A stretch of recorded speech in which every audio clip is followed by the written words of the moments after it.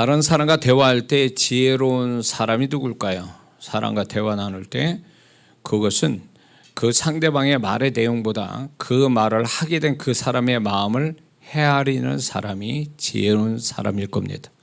답답한 사람이 누구냐면 그 말의 내용만 고지고대로만 생각하는 사람, 좀 뭐랄까 답답한 사람이죠.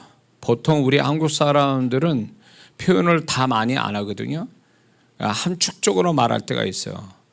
그리고 말을 할 때에 상대방에게 말을 하지만 이 말보다도 내 마음을 알아달라고 하면서 말을 표현을 하거든요. 절제된 표현을 하거든요.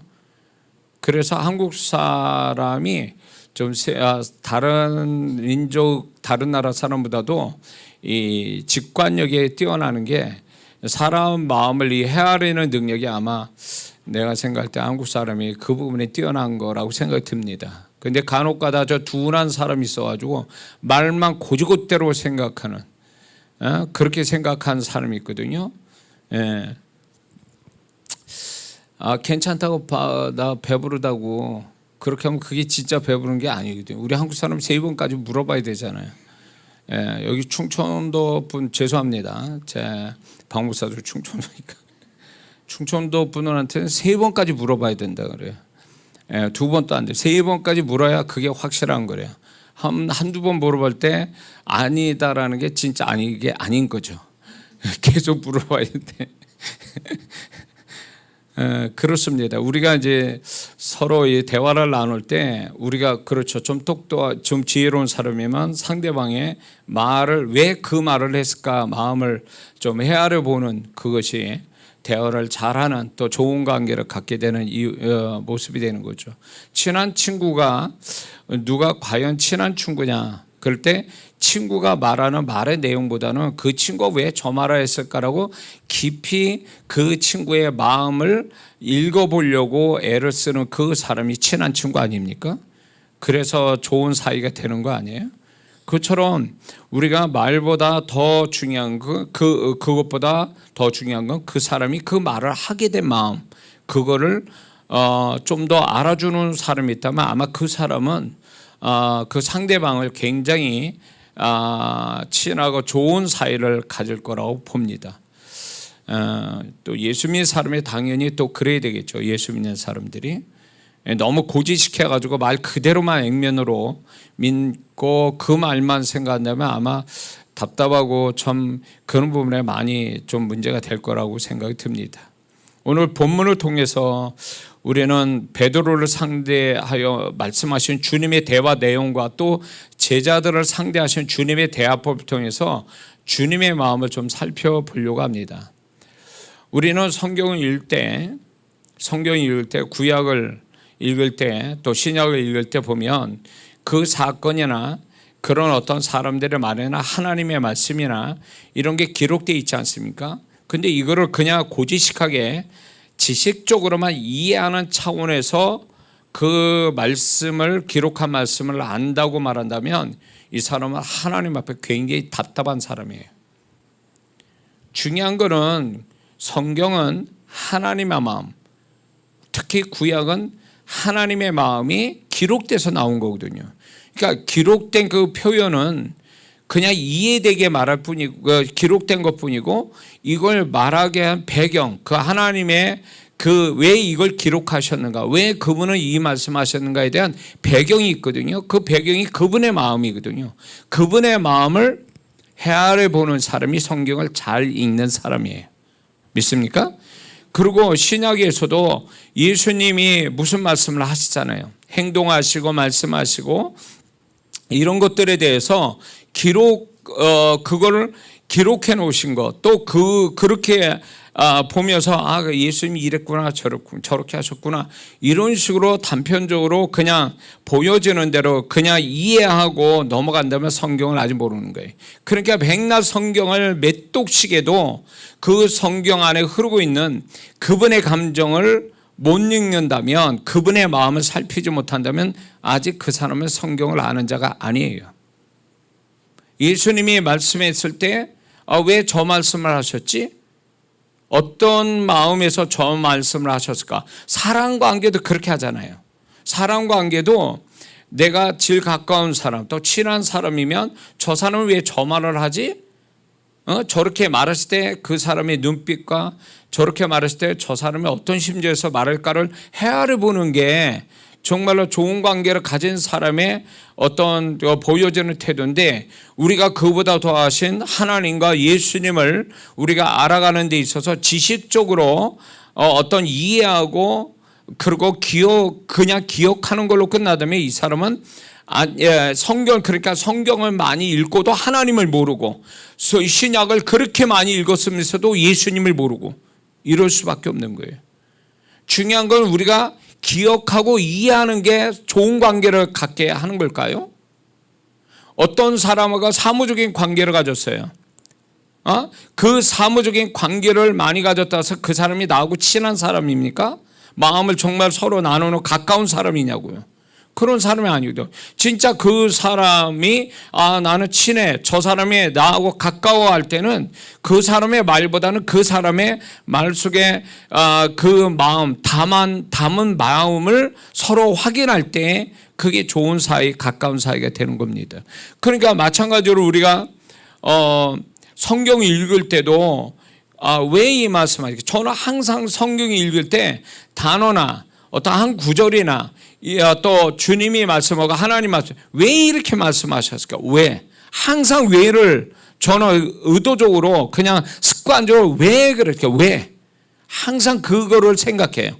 왜 이렇게 하셨을까? 왜 저렇게 하셨을까? 왜 이런 말씀하셨을까? 이런 거를 달고 성경을 읽다 보면 나는 성경 지식을 알고 싶은 게 아니라 그 속에서 그분의 마음을 알고 싶은 거예요. 그분의 마음. 그분이 어떤 말씀했다, 몇 장 몇 절에 무슨 말씀했다, 이걸 알고 싶은 게 아니에요. 그 말씀 속에 왜 주님은 저렇게 말씀하셨을까? 무슨 마음으로 저렇게 하셨을까? 그분의 의도, 그분의 마음을 헤아려 보려고 성경을 그런 식으로 보다 보니까 실제로 지금 함께 하신 주님이 지금부터 얘기할 건데, 지금부터 제가 이 예수님의 대화법은 성경에도 나온 거지만 제가 실제로 그분과 사귐을 가진 데서 제가 배워진 것들이에요.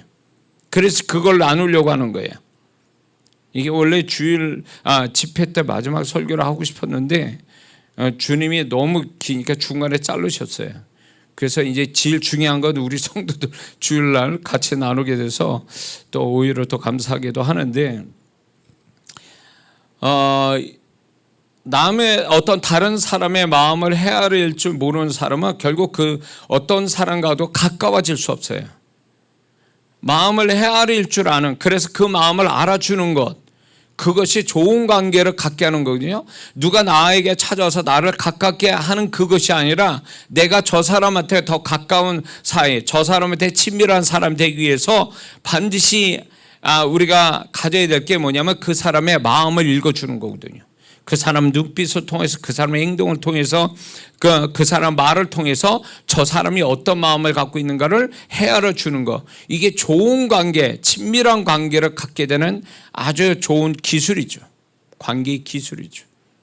그렇다면 성경을 볼 때도 그래야 된다는 거예요. 지식적으로, 성경 지식적으로 자랑하지 말라는 거예요. 오늘날 성경 지식을 자랑하는 사람 얼마나 많습니까? 근데 그분들이 제가 경험한 그분들을 보면 정말 너무 지금 또 살아계신 그분을 몰라요. 성경을 지식적으로 가르치는데 왜 그 말씀을 하셨는지를 설명을 못한다, 그 얘기예요. 논리적으로 이렇게 지식적으로 얘기는 하지만 그걸 가지고 하나님이 왜 그 어떤 심정으로 저렇게 하셨을까? 라는 거에 대한 이거를 생생하게 표현을 알지도 못하고 표현도 못해요. 그러면 성경은 반만 하는 거예요.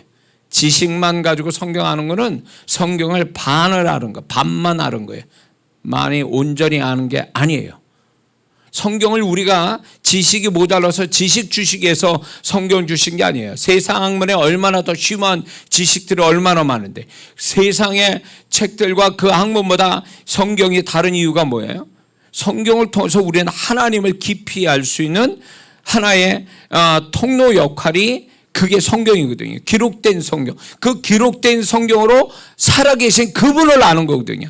살아계신 그분을 존재를 확실히 알고 더 나아가서 그분의 마음까지 읽어내는 이게 성경을 읽어야 될 이유가 여기 있는 거예요. 아멘해요.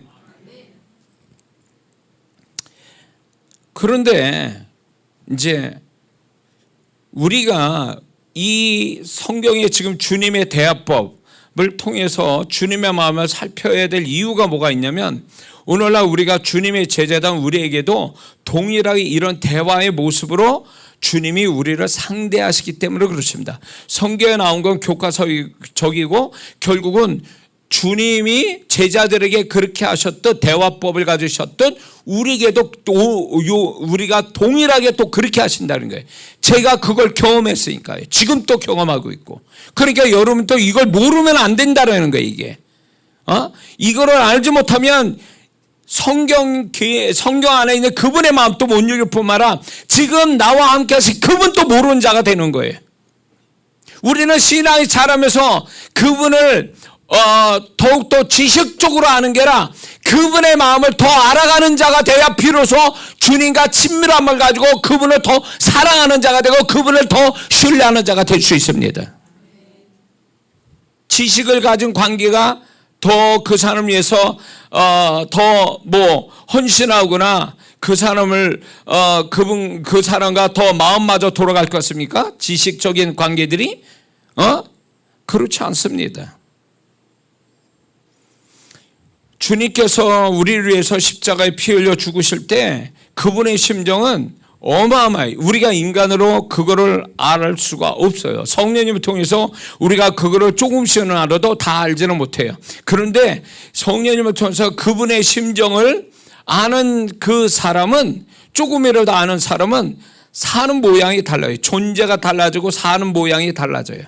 그게 놀라운 거죠. 지금까지 주를 위해서 헌신하고 주를 위해서 목숨을 바쳐 순교당한 사람들이 주님을 지식적으로 알아서 그랬을까요? 적어도 주를 위해서 다 버리고 생명까지 버릴 수 있는 사람은 주님과의 관계가 특별하고 친밀하고 그분의 마음을 읽은 자여 그분의 마음을 가진 자이기 때문에 그런 거예요. 그게 어디에서 왔을까요? 그분과 사귐에서 나온 거란 말이에요. 이것이 결국 이것이 되면 세상의 바울처럼 세상에 오직 그리스도 그분 하나 없게 해서 내가 모든 걸 다 배설물로 여길 수 있는 그 고백도 우리도 할 수 있는 거죠. 그거는 어디서 나오냐? 바울도 결국은 주님의 마음을 깊이 아는 자가 되고 그분의 마음을 소유하니까 그렇게 그 고백이 나온 거예요. 우리도 그래야 된다는 거죠. 믿습니까? 왜 하나님께 야박합니까? 교회 나오는 것조차도 힘들어하고 하나님께 헌신하는 거는 안 하려고 그러고 왜 그렇습니까? 원래 본성이 그런 거예요. 우리는 다 모두가 다 그래도 그분 앞에 모래도 헌신하고 이런 성도는 그래도 그분의 마음이 조금이라도 스쳐 지나갔으니까 그러는 거예요.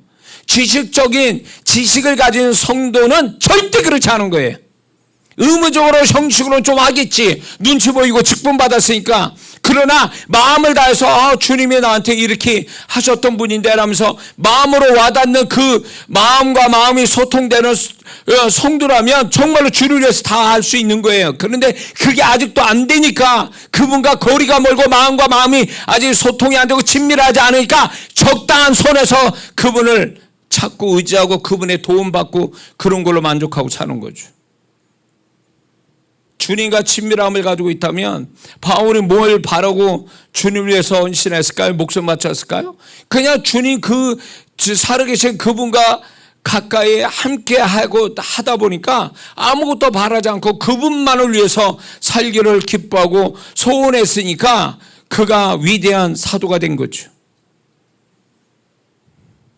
오늘날에도 주를 위해서 아낌없이 다 바치고도 감사하고 기뻐하는 성도들은 얼마나 많은데요. 그런가 하면 한쪽에서는 그냥 인색하게 해가지고 하나님 옆에 마땅히 해야 될 것도 안 하고 그냥 신앙생활의 수박 겉핥기식으로 의무적으로 형식으로 하는 이 성도도 있어요. 양극단의 성도가 있어요. 뭘 차이일까요? 성품의 차이일까요? 아니에요. 그거는 주님과 얼마나 정말로 그분을 경험했느냐, 그분의 마음을 얼마나 경험하고 그분과 마음이 얼마나 소통됐냐, 그분과의 사귐이 얼마나 친밀하냐, 이 차이라는 거예요.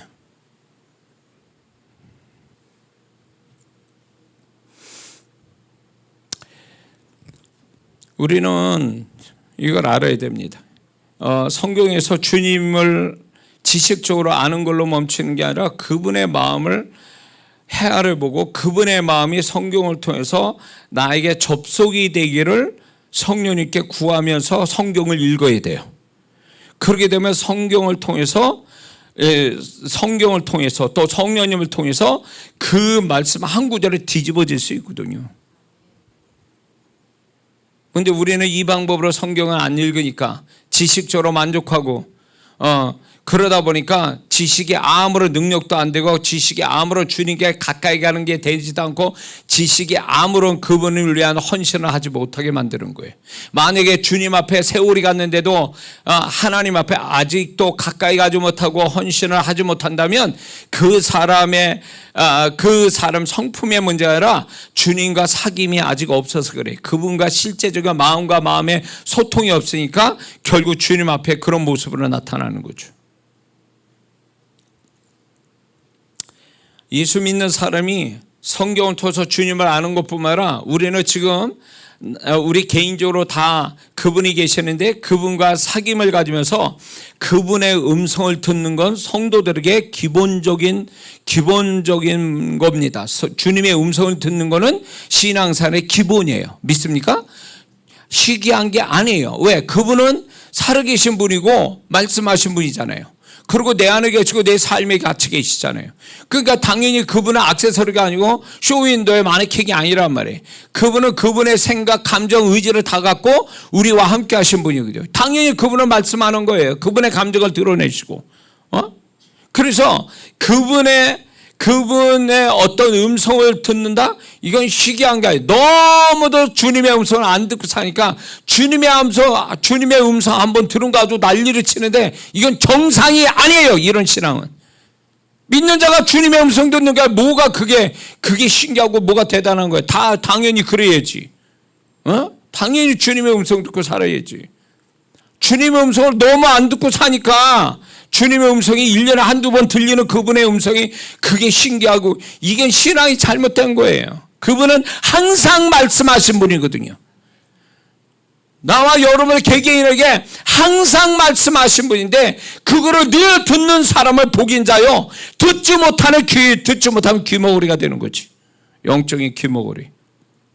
그런데 주님의 음성을 듣는 건 좋은데 주님의 음성 듣는으로 끝나는 게 아니라 그분의 음성 속에 있는 그분의 마음을 헤아려 아는 데까지 가야 된다는 거예요. 그런데 자, 예를 들면 이런 거예요. 주님이 저를 보며 내가 너를 사랑해. 단순하죠. 나는 너를 사랑해. 라는 말씀이 단순하지만 여러분들 이거 경험해 봤어요? 그분의 나를 사랑한다는 그 말씀 하나가 상황 따라 때마다 그분의 감정이 다르다는 거 아십니까?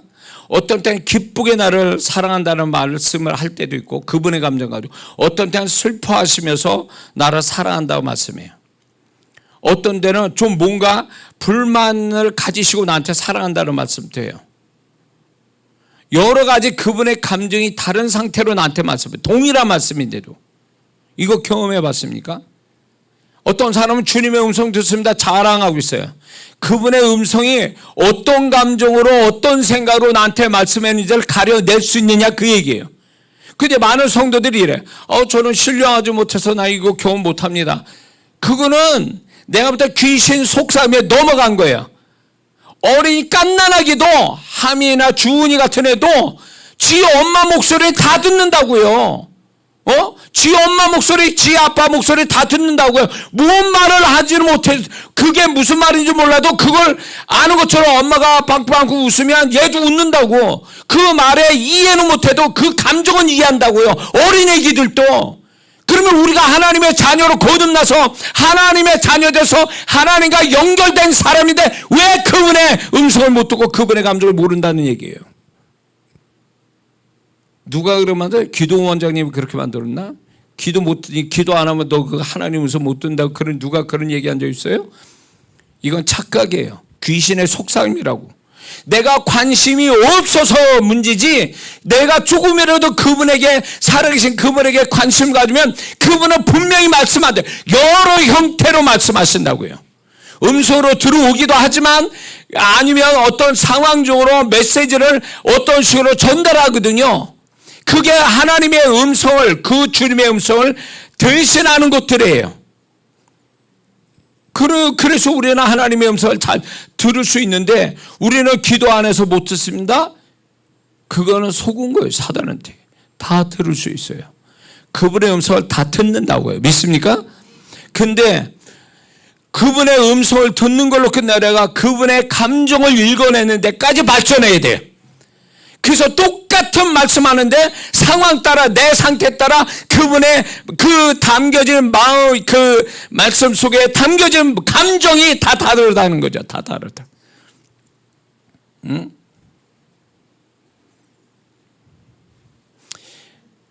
아니다 이렇게 말씀하실 때 단순하게 그 아니다 제가 뭘 주면 아니다 할 때 그게 그 감정도 그분이 아니다라는 표현이 여러 가지로 있어요. 여러 가지로. 정말 부드럽게 아니다라고 얘기하죠. 단호하게 아니시다라고 하죠. 화내면서 아니라고 그러고 그런 말씀이 있어요. 이렇게 그분의 감정은 똑같은 말씀에도 다 다르거든요. 우리가 주님과 친밀하게 사귀다 보면 그분의 음성만 들려오는 게 아니라 그분의 감정까지 읽어내는 능력이 생기거든요. 이거는 신기한 게 아니라 당연한 거예요. 자식이 부모의 그 감정을 읽어내는데 뭐 그게 대단한 거예요. 당연히 같이 살면 다 아는 거지. 모르는 놈은 누구예요? 비행 청소년 애들이지. 부모를 무시하고 그냥 집 떠나려고 하는 애들. 그런 애들은 모르지. 진짜 집안에서 잘 자란 애들은 부모 마음을 그 부모가 무슨 말 하는지 부모가 어떤 마음 가지는지 다 알고 있잖아요. 똑같아요. 신앙도. 우리는 주님의 어떤 음성만 들을 뿐만 아니라 그분의 마음을 안다면 그게 바로 주님과 친밀한 사이가 되는 거예요. 그게 주님이 우리에게 바라시는 거예요. 주님과 친밀함을 가져서 이 세상에 내가 사는데 내가 이 세상에 사는 건지 내가 이 세상 없이 사는 건지 정말 모를 정도로 그분 안에 깊이 살다 보면 세월 가는지 내가 고생하고 사는 건지 뭔지도 모른 채 그분과 그분에 도취되어 살아가다가 인생의 죽음이 꿈같이 죽는 것이 이 세상 사는 것이 꿈이지 죽는 게 꿈인지 모를 정도로 그렇게 살다가 가는 거죠. 주님과 사귐 있는 사람이 이래요. 응?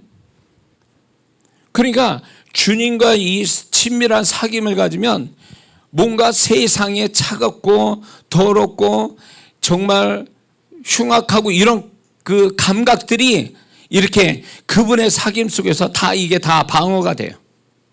그 세상을 모르는 자처럼 세상의 어떤 그런 느낌을 안 받고 그분과 사귐을 가지면서 그냥 그분과 묵묵히 그분과 동행하는 이 삶에 집중하다 보니까 내 주변의 삶에 살아가는 게 잊어질 때가 있어요. 그 감각을 잊어버려요. 그 감각을. 그러니까 바울이 삼층천을 경험하고 난 이 세상 살고 싶지 않다 라는 말이 조금은 이해가 돼요. 이 땅의 삶이 다가 아니니까. 이거보다 더 우리에게 은혜로 예수님의 구원으로 말미암아 주신 그 천국이 있으니까 그거를 한번 경험하면 이 땅에 살고 싶지 않다. 그래서 정말로 주님 안에서 신앙생활 잘하다가 이 세상 떠나는 사람들 보면 빨리 이 세상을 가고 싶다, 떠나고 싶다는 말을 하는 이유를 알게 돼요. 그래서 우리는 주님과 친밀함을 가져서 그분을 소중히 여기고 그분과 사귐을 통해서 정말 그분도 기쁘고 나도 기쁜 이 신앙을 가지고 우리는 세상을 살아가는 거죠. 그거를 주님이 우리에게 바라시는 거예요. 그런 교제를 바라시는 거예요. 어떤 일을 바라시는 게 아니에요. 어떤 일을 원하시는 게 아니라 일보다도 그분과 사귐을 갖는 거를 그분이 더 원하신다는 거예요. 주님과 사귐이 있으면 하지 말래도 해요. 그건 중요치 않아요. 중요치 않다고. 사실 제가 이 사역을 할 때도 2003년에 3월 달에 집회를 나가기 전에 정말 주님과 엄청난 깊은 사귐을 가지고 제가 살았거든요. 그랬을 때 제가 사역을 하고 싶지 않더라고요. 왜냐하면 그분과 사귐이 너무 좋아서 난 집회하고 싶지 않더라고요. 근데 그분이 야, 네가 영혼들을 위해서 네가 내 통로가 돼야 된다. 그게 사명처럼 그거를 일거리 주셨기 때문에 제가 하는 거지, 그거보다도 나는 이거보다 더 이 사역의 즐거움보다도 그분과 사귐에서 오는 것이 내 영혼에서 얼마나 더 그게 축복인지 알 수가 없어요. 그래서 사역은 어떤 사람은 사역에 미친 사람처럼 나를 봐요. 너무 오랫동안 너무 제가 열정적으로 이렇게 제가 사역에 미친 사람 같지만 저는 사역보다는 그분과 사귐을 가져서 홀로 지내고 싶은 게 그게, 그래서 언젠가 제가 은퇴하면 제가 홀로 수도사처럼 살고 싶은 거예요. 그게 저한테는 너무 좋으니까 그게. 에? 이건 제 간증이고요. 그래서 우리가 주님과 사귐을 갖는 데 있어서 주님이 여러 가지 대화법을 가지고 계시는데 우리는 그거를 통해서 그분의 마음을 좀 이해하고 그분의 마음을 아는 자가 돼야 됩니다. 그래서 성경에 이제 이 본문을 중심으로 해가지고 우리가 그분이 제자들과 어떤 대화법을 가지고 그분이 왜 그렇게 말씀하셨는가, 왜 그렇게 말씀한 그분의 마음이 뭔가를 헤아려서 오늘 우리가 살아가는데 그분과 사귐을 갖는 데 있어서 그분의 음성을 듣고 그분의 마음을 헤아리는 귀한 계기가 또 지혜가 되기를 주의 이름으로 축원합니다. 그렇다면 첫 번째, 예수님은 질문을 하실 때가 있어요. 15절에도 이제 15절에 이제 본문에 나오잖아요. 15절에 너희는 나를 누구라 하느냐, 나를 누구라 하느냐, 누구라 하느냐 하면서 질문을 하시죠. 뿐만 아니라 마태복음 20장 33절에 보면 여리고성 두 소경에도 내가 너에게 무엇 해주기 원하냐, 이제 질문을 하셔요. 아시는데도 질문을 하세요. 그런데 이 질문은 오늘날 우리가 주님과 사귐을 가지면 그분이 나한테도 질문을 하시거든요. 질문을. 근데 직접 음성으로 질문하시기도 하지만 여러분들 이거 아셔야 돼. 내 안에 뭔가 의문점을 갖게 하는 그 자체도 주님이 나한테 질문하시는 거예요. 그 부분에 대해서. 저는 이거를 알 때까지 시간이 꽤 갔어요. 뭔가 의문이 자꾸 일어나. 그래서 나는 내 자체 스스로 내가 의문을 갖고 있는 줄 알았어요. 영적이든 뭐든. 그런데 나중에 알고 보니까 내가 의문을 가진 게 아니라 그분의 질문이 의문처럼 내 안에 일어난 거예요. 그러면 왜 그분은 나에게, 왜 제자들에게 질문을 하셨을까? 이건 몇 가지 그분의 마음이 있는 거예요. 첫 번째는 그들의 신앙의 수준을 알아보기 위해서 질문을 던지십니다. 소경에도 내가 너 뭐 해주기 원하냐, 돈 몇 푼 주세요, 이럴 수도 있잖아요. 그런데 눈뜨기 원하나야 돼. 그러니까 내가 너에게 뭐 해줘, 질문을 던짐으로 해서 그 질문을 받은 자의 신앙 수준을 알아보려고 그가 어떤 고백을 하는지 그걸 듣고 싶으셔서 질문하신다는 거죠. 두 번째는 스스로 문제의식과 생각을 깊게 하여서 정답을 찾아가게 하려고 질문을 던지십니다. 제자들이 너희들은 나를 누구라 하느냐, 그 생각했을 거 아니에요. 그러면서 그 생각을 하면서 그 생각이 의문점을 가지고 생각하면서 정답을 찾아가게 하시기 위해서 질문을 던지시는 거죠. 세 번째는 주님이 듣고 싶은 말을 들으셔서 축복하시기 위해서, 듣고 싶은 말을 들으셔서 축복하시기 위해서 그분이 질문을 던지십니다. 열왕기상 3장에 솔로몬이 이제 1,000번째 드린 다음에 하나님이 꿈에 나타났죠. 내가 너 뭐 해주기 원하네 이랬거든요. 질문을 던지셔요. 질문을. 그럴 때 솔로몬이 지혜를 주세요. 백성을 잘 지도하셔서 지혜를 주세요. 그것이 주님이 그 말씀을 듣고 싶었던 거예요. 축복하기 위해서. 그래서 어쩌면 이게 테스트예요. 질문을 던지신다는 게. 38년 된 병자에게 요한복음 5장 6절에도 네가 낫고자 하느냐 질문하잖아요. 뻔한 건데도 질문을 하잖아요. 질문을 하시는 것은 결국 그의 대답을 통해서 축복을 주시려고 그의 정말 하나님 기대하는 대답을 원하실 때 이 질문을 하시거든요. 근데 보통 다 맞춰요. 이렇게 성경에 보면 안 맞추면 못 맞추는 사람도 있지만, 근데 제가 집회할 때도 이렇게 하실 때가 있어요. 어떤 성도 보고 그 성도가 너무 하나님 앞에 이쁘니까 저 성도 보고 소원이 뭐냐고 물어봐라. 저보고 그래요. 그러면 제가 묻죠. 그 물으면 제가 물은 그 질문을 주님이 저 성도에게 질문해봐라. 그 성도는 정확하게 얘기해요. 참 신기하죠? 그것도 자격이 있나 봐. 질문을 던질 때 정확하게 그분이 원하는 대답을 할 줄 아는 자에게 질문을 던지시거든요. 그래서 여지껏 제가 사역하면서도 주님이 질문하라고 한 그 성도는 정확하게 그 대답을 했는데 그 대답을 하는 순간에 주님이 축복이 이루어지는 거예요. 네 믿음대로 되라. 제가 주님의 음성을 대언하죠. 네 믿음대로 되라. 그리고 네 고백대로 되라. 응? 그래서 주님이 질문을 하신다는 거예요. 여러분에게도 반드시 질문을 하실 거예요. 어떤 부분에 음성으로 들어오던가 아니면 내 스스로가 어떤 의문이 들어오면 주님이 나한테 이 부분에 질문을 하고 계시는구나. 그럴 때 여러분들이 그분이 원하시는 어떤 대답을 할 줄 안다면 그 말 한마디가 놀라운 축복을 가져온다는 걸 잊지 말아야 될 줄 믿습니다. 두 번째는 예수님은 칭찬의 말씀을 하실 때가 있습니다. 16절에 베드로가 대답하죠. 주는 그리스도이시여 살아계신 하나님의 아들이십니다. 그렇게 대답을 합니다. 그게 바로 주님이 기대했던 말이고 원하셨던 말을 했죠. 그럴 때 주님이 축복의 말씀이죠. 천국 열쇠를 이 약속에 주시죠. 이럴 때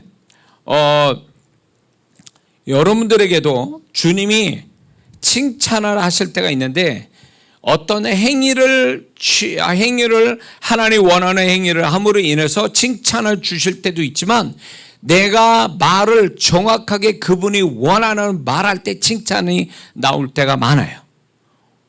내가 어떤 그분이 원했던 말을 하게 되면 그분이 칭찬하는데 직접 음성도 들려주시지만 사실 내 안에 진한 감정이 확 오면 그게 바로 칭찬이에요. 내가 네 말을 동의해. 내가 네 말을 너무너무 좋아해. 이렇게 하시거든요. 제가 이제 주님에 대해서 제가 이제 설교를 하잖아요. 그러면 내 안에서 성령의 감동도 오지만 주님이 직접 말씀할 때 있어요. 제가 설교하는 가운데도 그분의 음성이 들려질 때가 있어요. 그럴 때마다 내가 정말 주님을 대신해서 말을 잘하고 있구나. 지금 그분이 이렇게 기뻐하시는구나. 내가 말하는 것이 얼마나 끝나기도 전에 나한테 칭찬해 주시는 그 말씀이 얼마나 저한테 축복이 되는지 몰라요. 그럴 때 주님이 제 입술에 권세를 더 주시는 이걸 제가 경험하거든요. 주님께서 솔로몬이 이제 열왕기상의 3장에 보면 솔로몬의 지혜를 주세요 그러니까 그 뒤에 3장 10절은 뭐냐면 그 말이 주의 마음에 주의 말씀에 맞은지라. 그분이 원했던 말을 하니까 그게 주님이 제가 그 말 했으면 좋겠는데 라고 생각하는데 솔로몬이 그 말을 했단 말이에요. 그러니까 그게 내가 말하고 싶은 거를 네가 말했다라고 해서 그 다음에 온 축복이 뭐예요? 부와 영광을 주시죠. 이게 놀라운 거예요. 부수적으로 얻은 거죠. 이게 말을 잘해도 그분 앞에 말만 잘해도 이런 축복이 뒤따른다는 걸 계시해 주는 거예요. 그러니까 예수 믿는 사람은 말을 많이 하는 것 물론 영적인 양을 채우기 위해서 기도 양이 많은 거 좋아요. 그런데 그거보다도 그분이 원하는 말을 해야 돼요. 원하는 말. 응? 원하는 말. 그래서 이게 이제 찬양 있잖아요. 찬양의 가사를 보면 제가 이제 송경민 이분 있죠. 그분이 쓴 가사 작사 작곡이 있잖아요. 그 내용을 보면 야, 이게 책상머리에 앉아가지고 그냥 순간적으로 끄적거려서 나온 가사가 아니고 곡이 아니더라고요. 그러니까 지금 많은 사람한테 은혜에서 이렇게 불려지잖아요. 그게 그냥 된 게 아니에요. 그 미국에도 제가 다 알지 못하지만 미국에서 지금 우리가 전 세계에서 불려지는 찬양들이 있거든요. 그런 찬양들이 보면은 그 배경이 있어요. 스토리가 있어. 그 배우에. 뭐냐면 이 사람이 정말로 절망 가운데 있다가 정말 그분을 만나서 그분의 음성 들어서 정말로 그때 그 감정과 그 주님의 음성을 가사로 써서 곡을 썼더니 그게 소위 세상 말로 대박이 나가지고 전 세계적으로 찬양에 불려지는 찬양도 있거든요. 뭐예요? 그게 하나님이 바랬던 그 솔로몬 같이 그 한마디, 하나님이 기뻐할 그 한마디, 그분이 원했던 그 한마디를 잘했을 때에 그 말 한마디에 하나님이 솔로몬을 축복하던 그렇게 말 한마디 잘한 걸로 인해서 하나님이 축복하시는 일들이 우리는 신앙 안에 얼마든지 있어요. 저 송경민 그분 같이, 그리고 세계적인 찬양 사역자들 얼마든지 있어요. 그게 얼마나 중요한지 몰라요. 그러니까 제가 이제 기도를 이렇게 이제 주님과 이제 이렇게 소통을 한단 말이에요. 사귐을 가질 때 많은 말이 필요치 않아요. 그분이 원하는 거는 함축되면서도 내 마음을 담아서 말하는, 그분이 원했던 말을 던졌을 때, 그분에게 말 전했을 때에 그분이 너무너무 내 안에서 감동받으시는 걸 제가 경험하거든요. 그분은 그런 걸 원하시는 거예요.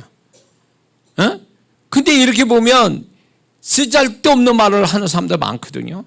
전혀 이제 얘기하겠지만 전혀 주님이 인정하지도 못한 말들을 많이, 그거는 주님과의 소통이 이게 이루어지지 않는, 그분의 마음을 모르니까 아무 말에 막 내뱉는 거죠. 그러니까 소통이 안 되는 거예요. 근데 주님이 원했던 말을 하면 주님과 소통이 분명히 이루어지거든요. 왜 그 찬양 가사가 부르는 사람마다 감동이 올까요? 그 찬양 가사가 하나님의 감동받으신 그분이 원했던 말을 하는 거기 때문에 그런 거예요. 그래서 우리가 찬양 가운데 왜 심령이 뒤집어진 이유가 뭡니까? 그 가사를 쓰고 멜로디를 쓴 사람이 그분의 마음에 딱 들게 했기 때문에 그런 거예요. 이게 세상 유행가하고 다른 거예요. 세상 유행가도 그렇잖아요. 그 가사가 자기한테 오면 그게 정말로 대박친 유행가 되듯이 하나님 앞에서도 이건 달라요. 사람이 아니라 하나님이 감동받은 찬양이 되다 보니까 그걸로 인해서 하나님이 놀랍게 많은 심령들을 변화시키는 거죠. 그 한마디. 그게. 그래서 설교는 몇 시간씩 하잖아요. 근데 몇 시간씩 다 은혜 받는 게 아니잖아요. 근데 찬양은 하나님이 고백이 하나님의 받으시고 인정하는 그 찬양이 3분짜리가 수많은 영혼들을 변화시키거든요. 그러니까 이 찬양의 위대함이 여기 있는 거예요.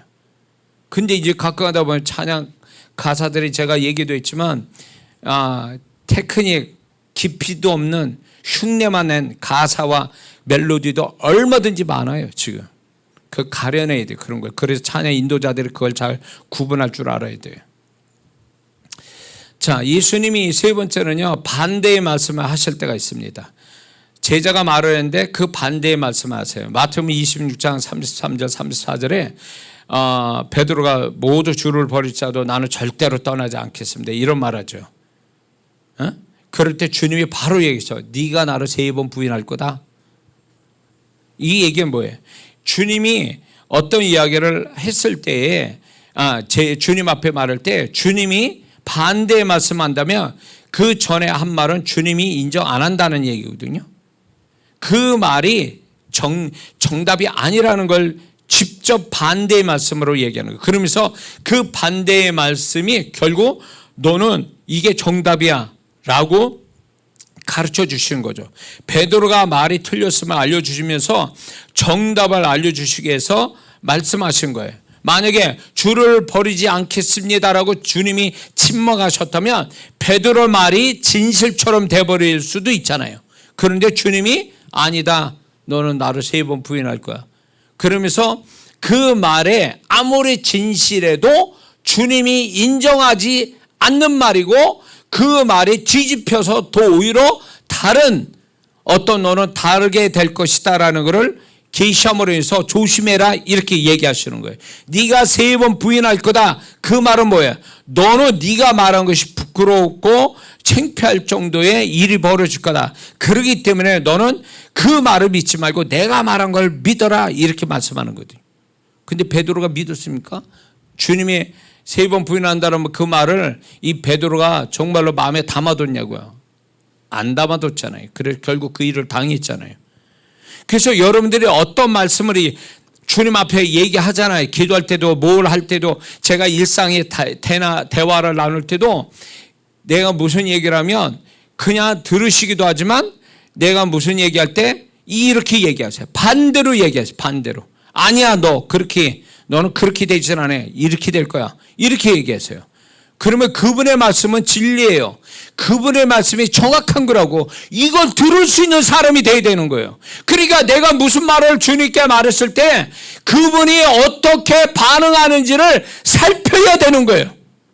내가 말하는 데만 집중하지 말고 말 다 하는 걸로 끝내지 말고 그분이 내 말에 어떻게 반응하는지를 봐야 된다는 거예요. 근데 이렇게 안 한다는 거예요, 성도들이. 그러니까 독백으로 끝나잖아요. 모노 드라마처럼 혼자 다 끝나잖아요. 그러니까 그런 속에서 어떻게 그분의 마음을 알고 그분의 음성을 어떤 다른 그분의 태도와 그분의 음성을 발견할 수 있냐고. 그러니까 신앙사를 그런 식으로 가는 거예요. 그러니까 주님과 상관없이 가다가 난리 나는 거지. 그렇게 하면 안 돼요. 주님 저한테 아니다, 넌 이렇게 될 거야 얘기하신 게 한두 번이 아니에요. 그러니까 나는 나 나름대로 생각해서 지혜롭다라고 해서 얘기했지만 앞일을 아시는 그분이 아니야, 너 그렇게 하는 게 그렇게 하면 너 엉뚱한 방향으로 간다는 거예요. 그것이 내가 원하는 그 말이 넌 절대로 이루어지지 않는다. 그러면서 반대의 말씀을 하는 경우가 종종 있어 왔다고요. 지금까지 종종 있어 왔다고요. 제가 이렇게 얘기하면서 여러분 잘 들으셔야 돼요. 이거는 이장한 목사 제자들만 얘기하라 여러분에게도 동일하게 지금 하고 계시는 거예요. 근데 눈치를 못 채니까 막 내가 원하는 대로 그냥 내달리니까 쓸데없는 고난 당하고 어려움 당하고 엉뚱한 방향으로 흘러가다가 어려움 당하고 이게 다 뭐예요? 그분의 음성을 들을 줄 모르니까 이렇게 된 거예요. 그분의 음성에 담겨진 마음을 모르니까 자꾸 엉뚱한 해석하고 엉뚱한 방향으로 가는 겁니다. 그 다음에 그분이 명령하실 때가 있습니다. 마가복음 6장 37절에 오병이어 사건, 요한복음 6장에도 나오죠. 너희 이렇게 5,000명이 넘는 사람이 돼서 주님 이들이 가서 먹을 수 있게 해주세요. 그러니까 주님이 마가복음 6장 37절에 뭐라고 말씀하면 너희들이 먹을 걸 줘라 이렇게 말씀합니다. 어떻게 5,000명 넘는 사람을 먹을 걸 주냐고. 근데 주님은 제자들에게 너희들이 먹을 걸 주라. 그러면서 마가복음 이제 또 하나의 사건은 마가복음 11장 2절을 보면 이제 예루살렘이 들어가기 직전에 너희 맞은편의 마을로 가라. 그리에 들어가면 곧 아직 아무 사람도 타보지 않는 아기 새끼를 메어 있는 것을 보리니 풀어 끌고 오너라. 이건 굉장히 뭐랄까 상식적이지 못한 거거든요. 그런데 이 일을 명령을 하시는 거예요. 그러면 골탕을 먹이시는 것도 아니고 낭패를 당하게 하려고 의도적인 것도 아니고 왜 그분은 상식적이지 못하고 계산적이지 못한 논리적이지 못한 합리적이지 못한 것을 왜 명령하시는가. 이럴 때가 있어요. 우리한테도. 저한테도 그러시니까. 저한테도. 제가 어느 교회 목사님이 집회를 해달라고 하는데 제가 그런 얘기 했어요. 3명이에요. 그 집회에 참석하는 명확한 사람이 3사람이에요. 아무도 없어.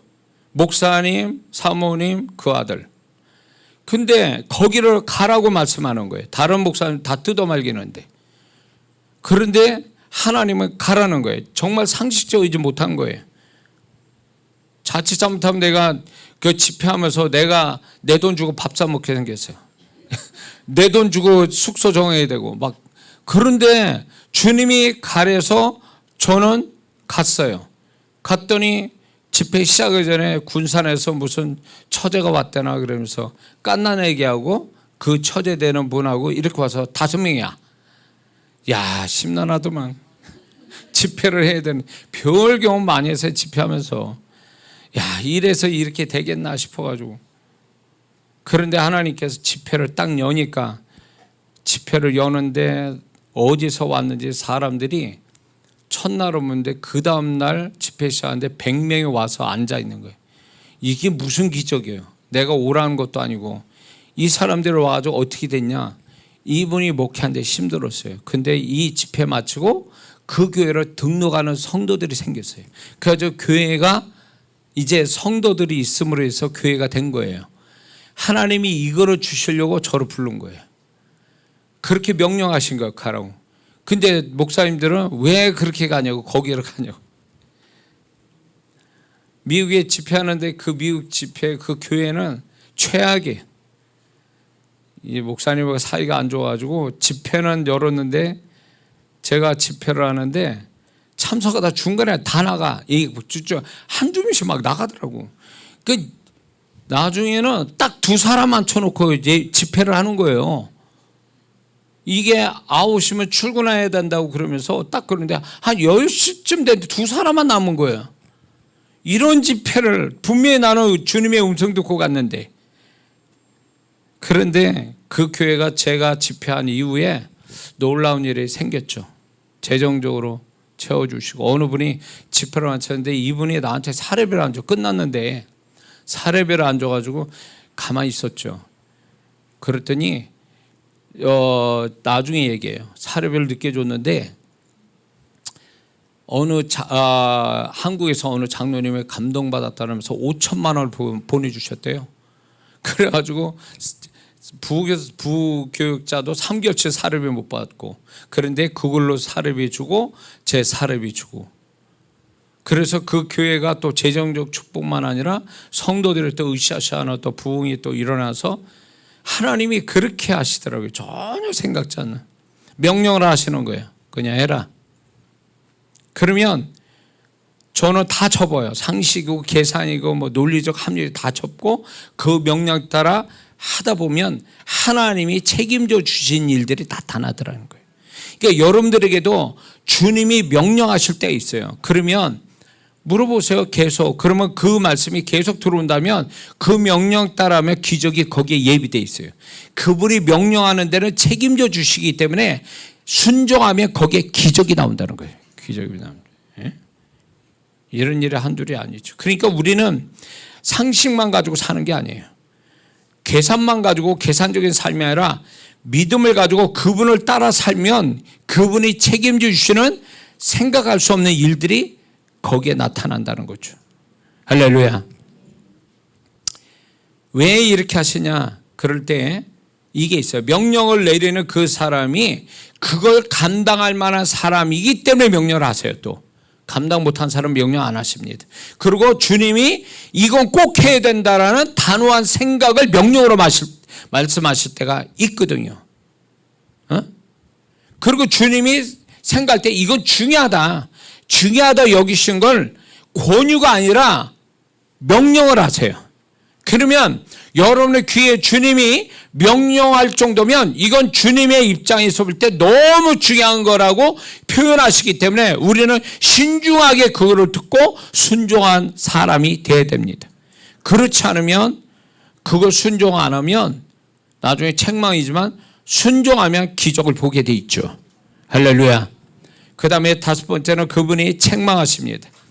22절에 베드로가 그러죠. 주여 이제 죽고 고난받아 죽고 3일 후에 부활한다니까 22절에 주여 그리 마옵소서 이 일이 절대로 주께 미치지 아니하겠습니다. 그러니까 23절에 주님 말씀하셔서 사단아 내 대로 물러가라. 하나님이 네가 하나님의 일을 생각하지 않고 사람의 일을 생각하다.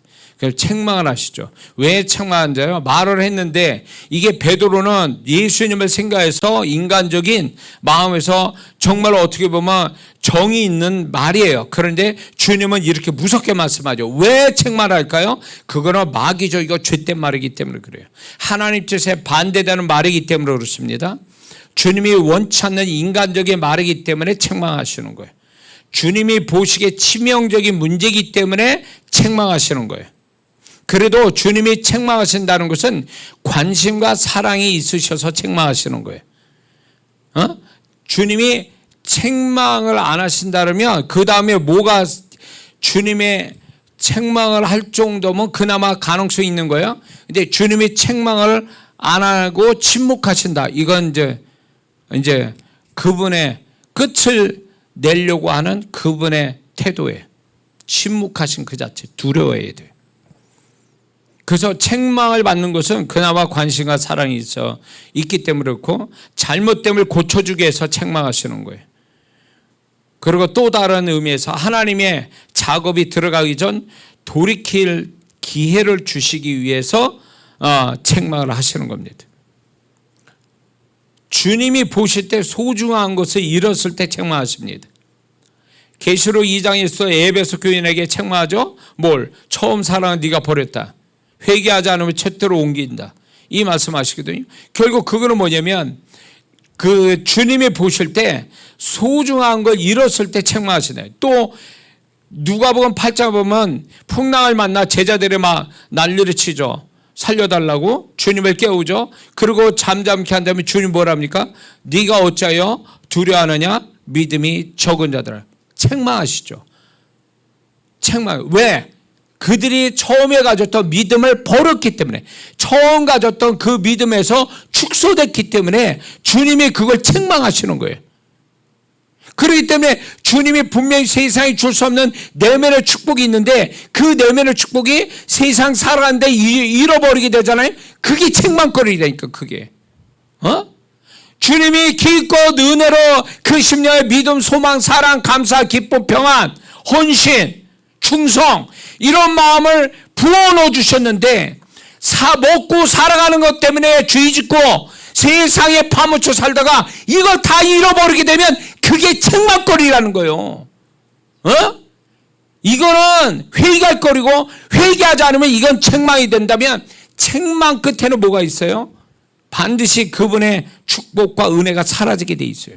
책망받을 때 다시 회복하지 않으면 축복과 은혜는 사라지게 돼 있다는 거예요. 책망받을 때 잘 생각하셔야 돼요. 마가복음 14장 37절에 제자들이 자는 걸 보시고 베드로에게 말씀합니다. 시몬아 자느냐? 내가 한시 동안 더 깨어 있을 수 없더냐? 책망하시죠.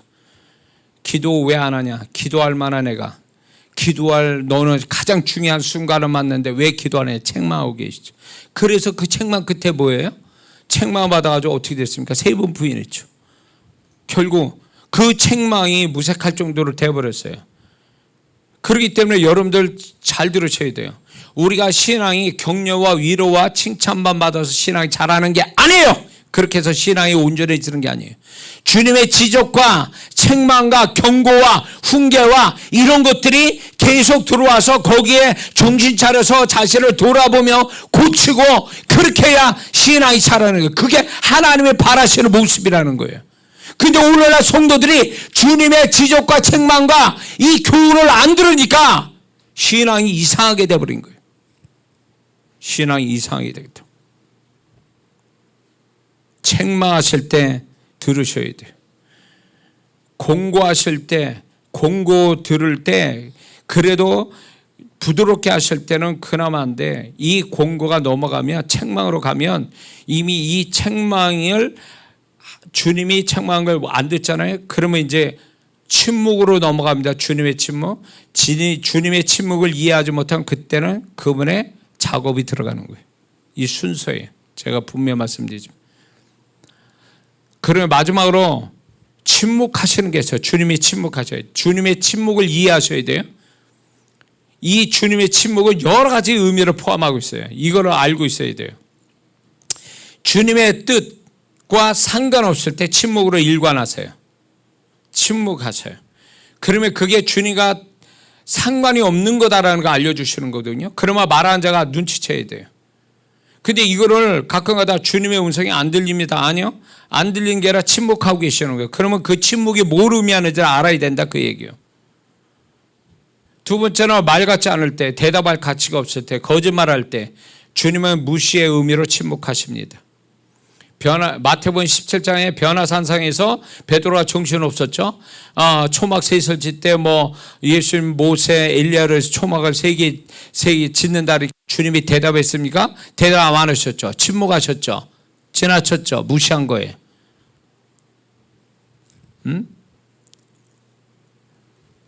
마태복음 26장 35절에 베드로가 죽을지언정 주를 부인하지 않겠다고 고백했지만 그 다음에 주님이 말씀한 적이 없죠. 말씀한 적이 없다는 얘기는 그분이 침묵했다는 거예요. 이 침묵 자체가 뭐냐고 하면 그 베드로의 말을 무시한 거예요. 그 베드로의 말이 의미가 없다는 걸 그런 식으로 표현한 거예요. 침묵하셨다는 게. 그러니까 여러분들의 주님의 음성 안 들립니다.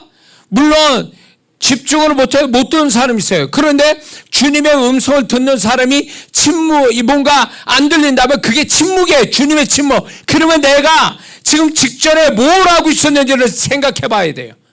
무슨 말을 했고 무슨 행동을 했는지를 살펴야 돼요. 그거에 주님이 침묵하는데 이 침묵은 부정적 의미가 있다는 거예요. 주님의 뜻과 틀렸을 때 주님은 침묵하세요. 요한복음 6장에 빌립에게 네가 이 많은 사람을 어떻게 우리가 먹일까 그럴 때 조금씩 받게 하더라도 200대나 떡이 부족하리이다. 주님이 그 다음에 말씀했습니까? 말씀 안 했잖아요. 침묵하셨잖아요. 이 뭐예요?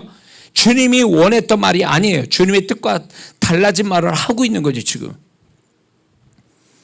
또 침묵하시는 의미가 책망과 책망의 전 단계가 침묵이에요. 그러니까 책망, 그 다음에 침묵, 그 다음에 그분의 작업, 행동으로 옮기시는 게 바로 이게 나오는 거예요.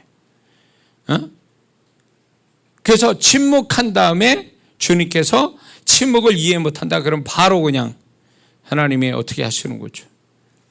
그 다음에 침묵은 주님의 상한 마음을 나타내실 때 침묵하세요. 그런 사람 있죠. 기분 나쁘면 입 딱 다물고 있는 사람, 주님도 그러셔요. 뭔가 불쾌하면 그냥 침묵하세요. 저는 이거에 대해서 제가 이걸 배운 적이 있어요. 주님이 제가 뭘 물었어요. 근데 내가 의도로 가지고 물어본 거예요. 이게 허락되기를 바라고 제가 주님께 물었는데 주님께서 그 부분에 대해서 허락지 아니 2번씩 얘기했는데 주님이 2번까지 얘기하다 3번 얘기하니까 얘기를 안 하셔. 기분 나쁘신 거예요. 그리고 실제로 나는 허락하셨다고 일을 진행했는데 결과는 안 좋았어요. 그래서 주님께 영광도 못했어요. 그래서 주님께 그 부분을 회개했죠. 여러분들이요, 지금 이게 어려운 얘기가 아니에요.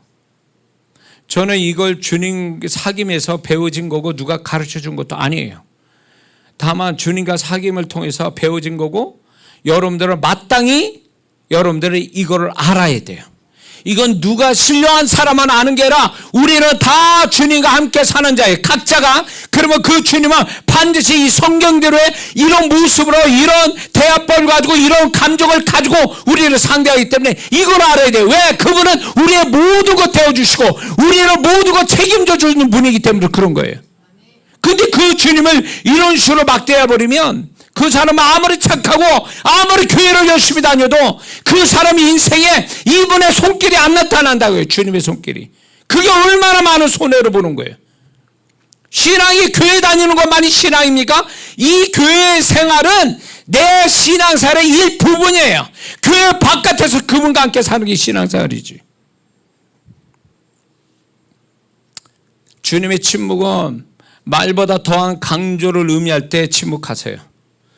누가복음 22장 61절에 베드로가 3번 부인한 다음에 이런 구절이 나와요. 주께서 돌이켜 베드로를 보시니 아무 얘기 안 하시고 베드로만 바라보셨어요. 침묵 가운데 그 주님은 베드로의 3번 부인한 후에 바라보셨어요. 이게 뭘 얘기할까요? 이게 어마어마하게 베드로에게 엄청난 메시지를 전달하고 있는 거죠. 침묵 자체가 엄청난 메시지인 거예요. 더 강조하신 거죠. 그 베드로가 내가 너 3번 부인한다 말하지 않냐? 내가 겟세마네 동산에서 기도하자고 얘기하지 않았냐? 근데 지금 와서 넌 3번 부인했지. 내가 말할 때는 안 들었니? 이런 의미로 침묵하고 바라보신 거죠. 이거 경험해 본 적 있습니까? 주님이 침묵할 때 안타까움을 나타낼 때 침묵하세요. 말로 표현하지 않고 그 안타까움을 침묵으로 표현하신다는 거예요.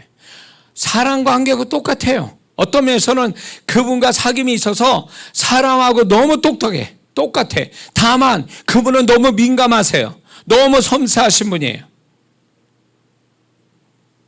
그리고 그분은 더 감성이 풍성하다는 거죠. 그리고 침묵을 왜 하시냐면 스스로 깨닫게 하기 위해서 침묵하십니다.